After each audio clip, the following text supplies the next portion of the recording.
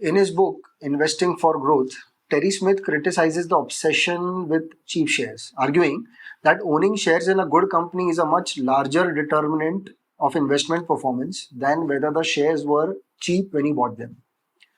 Here's an excellent excerpt from the book.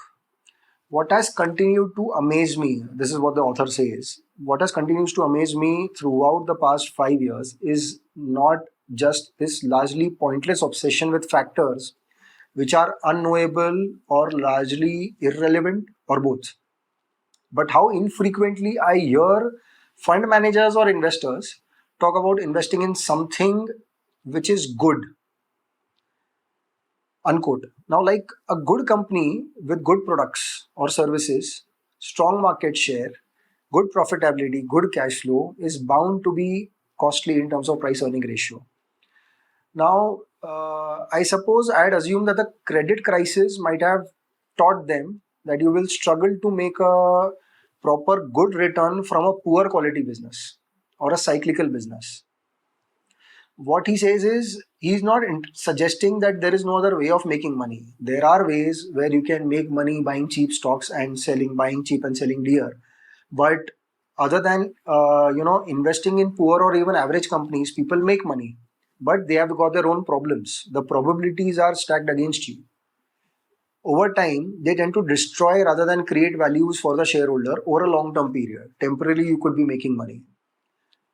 The buy and hold strategy for good quality businesses is definitely going to work for them in the long term for an investor or a fund manager. A more active trading strategy also has its drawbacks.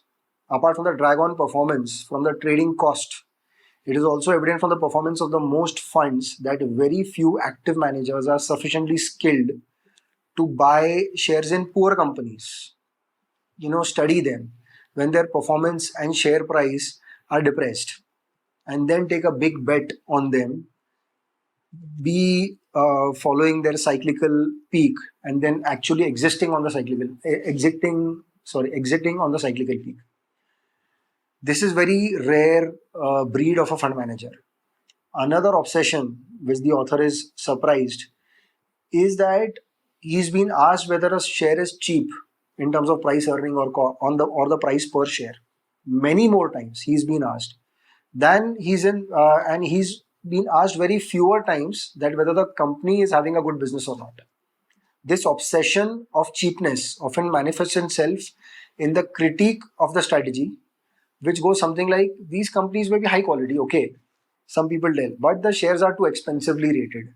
The price earnings too expensive. So I rather give it a miss and look for something cheap. Now, this is almost certain to be true from time to time as the share prices are sure to decline. But that misses the point. The decline is temporary for a good quality stock, and the upside is permanent. If you're a long-term investor, owning shares in a good company is much larger determinant of your investment performance than whether the shares were cheap when you bought them.